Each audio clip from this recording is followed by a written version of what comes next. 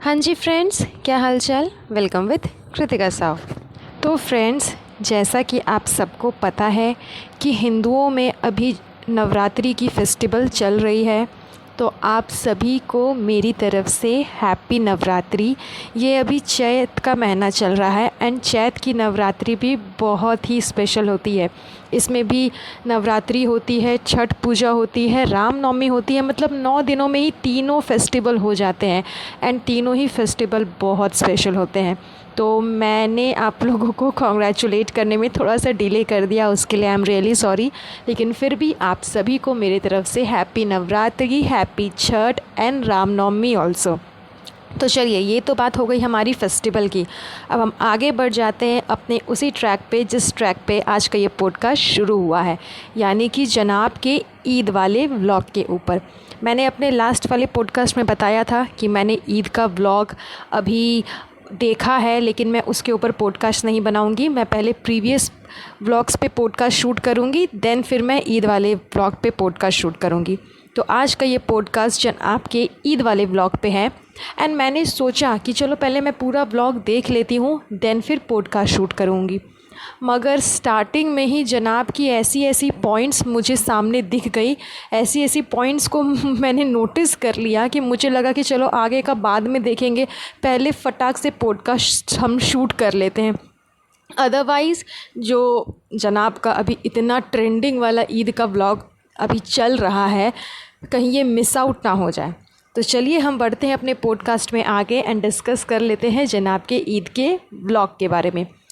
तो जैसे ही vlog start हुआ, स्टार्ट होते के साथ मैडम की ग्रैंड एंट्री होती है, जो कि एकदम फीकी, बिल्कुल भी उसमें कुछ मतलब मिर्च मसाला तड़कता भड़कता ऐसा कुछ भी नहीं था।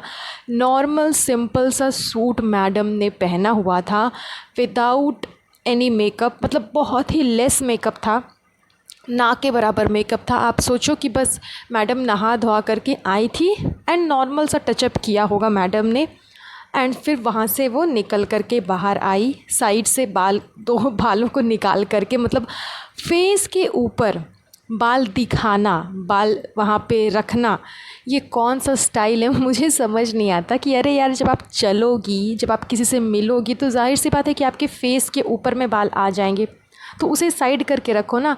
आई गेस मैडम ने ज़रूर अपना हेयर कट करवाया है, बिकॉज़ फ्रंट से उनके बाल काफ़ी शॉर्ट नज़र आ रहे थे।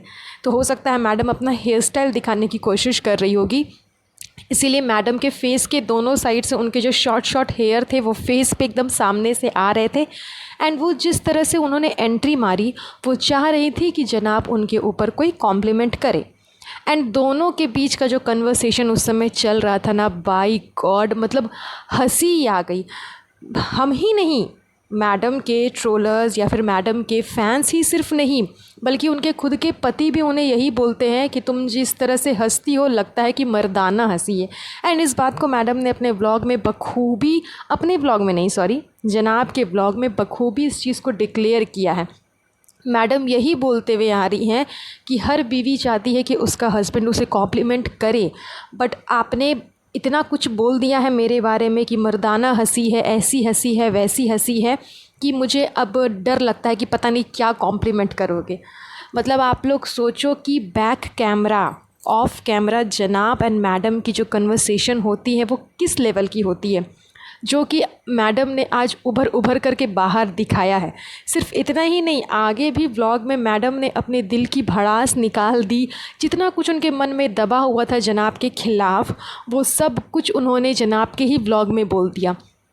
एंड जिसने भी एडिटिंग की है, मुझे समझ नहीं आया कि उसने इस पार्ट को ट्रिम क्यों नहीं किया। आई मीन जनाब भी अब इस चीज़ से अग्री कर रहे हैं कि वो मैडम के ऊपर टोटली जुल्म करते हैं, उनको टॉर्चर करते हैं, उनको डोरमैट बनाया हुआ है। एंड इस चीज़ को पब्लिकली दिखाना, मतलब हो सकता है कि दोनों के बीच में कुछ ना कुछ तो ऐसी आर्ग्यूमेंट हुई होगी कि दोनों ने इस चीज़ को पब्लिकली अपने सोशल मीडिया वाले चैनल के थ्रू दिखा भी दिया है। तो आगे बढ़ लेते हैं उस टॉपिक के ऊपर पे। कुछ देर बाद जनाब अपना डिंग हाँकते हैं, जो कि वो हमेशा से हाँकते रहते हैं, एंड वो हाँकते हाँकते वो पहुंच जाते हैं रेहान के पास में। एंड रेहान की कुछ गलतियां जनाब ऑन कैमरा बताते हैं कि रेहान काफ़ी गलतियां कर चुका है रमज़ान के दिनों में, लेकिन रमज़ान चल रहे थे इस वजह से किसी ने उसे कुछ कहा नहीं, उसे माफ़ कर दिया। बिकॉज़ रमज़ान के दिनों में बच्चों की गलतियां माफ़ कर दी जाती है, उन्हें कुछ कहा नहीं जाता, उन्हें टोका नहीं जाता कि चलो रोज़ा किया हुआ है, रमज़ान के दिन चल रहे हैं, फ़ास्ट पे है बेचारा, उसे क्या ही बोले। इस तरह की कुछ कन्वर्सेशन जनाब एंड रेहान के बीच में चल रही थी। एंड इसी कन्वर्सेशन को आगे बढ़ाते बढ़ाते जनाब पहुंच गए मैडम साहिबा के ऊपर।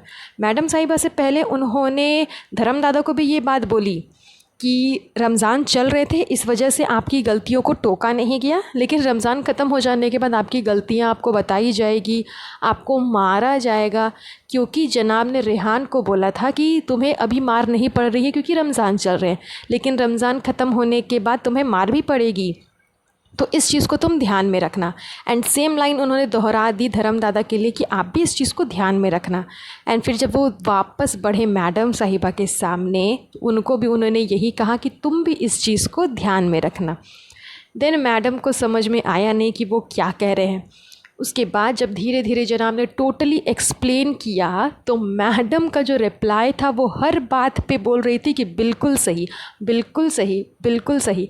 एंड जनाब को समझ में आ गया कि मैडम उनको ही बोल रही है कि रमज़ान के दिनों में आपकी काफ़ी गलतियां माफ़ कर दी गई, आपके गुनाह माफ़ कर दिए गए, आपके मिस्टेक्स, आपकी बदमाशी, वो सब कुछ माफ़ कर दिया गया क्योंकि रमज़ान के दिन चल रहे थे।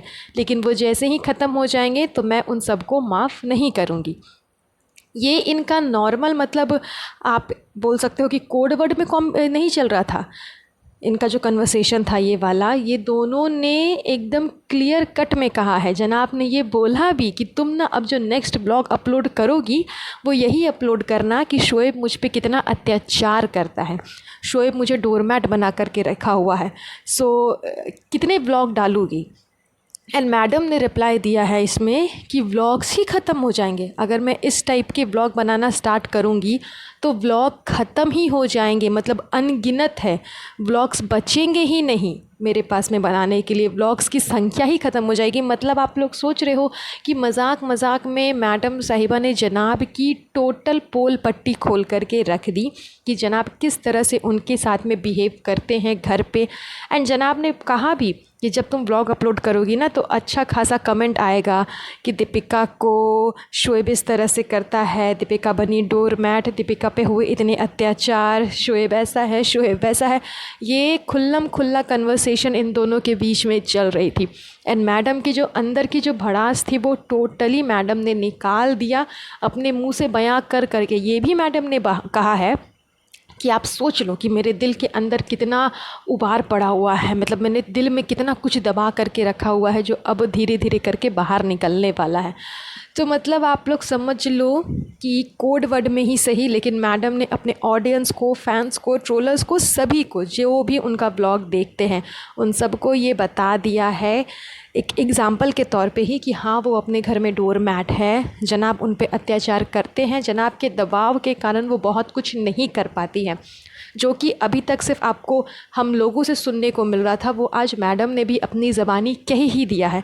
तो आई होप कि अब अंधभक्तों को कम से कम समझ में आएगा कि मैडम के साथ में सच में गलत होता है एंड वो होने देती भी है जस्ट बिकॉज ऑफ जनाब।